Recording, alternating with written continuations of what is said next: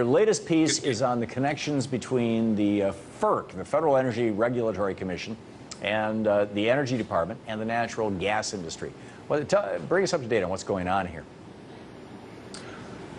Well, as you know, there's been a boom in natural gas production in the United States, owing largely to the unconventional gas strategies of horizontal drilling, better known as fracking.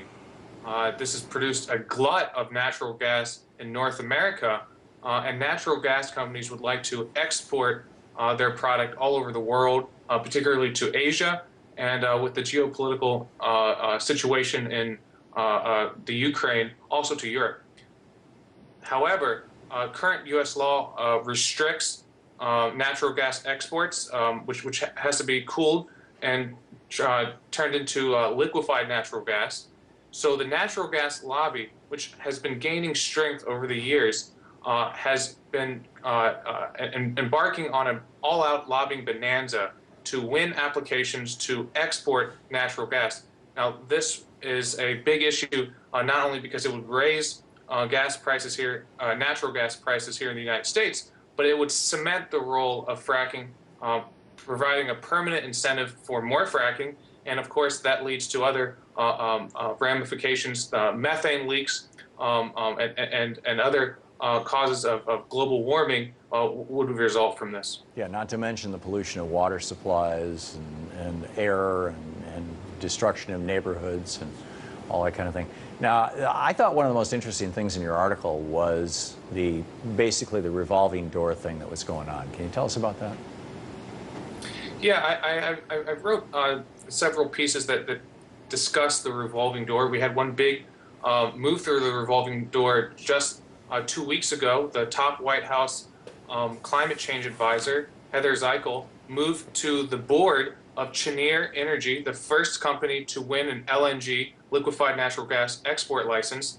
But this process is going on all over government. You have prominent members of Congress whose children are being hired by natural gas lobbying companies, are being placed on natural gas boards. You have former FERC, the commission that oversees this process. A lot of these former board members are now lobbying for these companies. Even Joe Biden, his son, is now working for a natural gas production company in Ukraine. Wasn't a lot of that outlawed back in 73 and 74 after all the Nixon corruption stuff and then got blown up by the Supreme Court?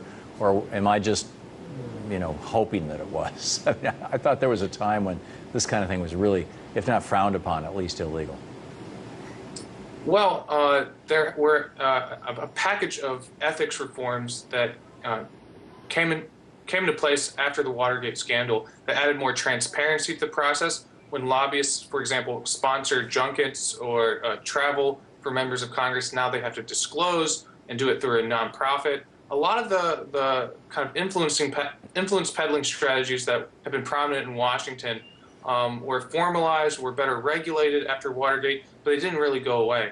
And as we've seen over the last 10 years, the press, the culture of Washington, D.C. has really changed, where this process is increasing and in some ways exponentially, but we aren't seeing law enforcement taking a closer look because, pay to play, bribery, of course, that's still illegal. If you hand someone, a regulator, a check and tell them to do something, that's bribery. That's clearly illegal. However, lobbyists will find that it's perfectly legal to give someone a multi-million-dollar job if they leave their regulatory position and come work for you. Right. So it's kind of a loophole to the system that is providing a cash bonanza for former regulators who act in the interest of industry.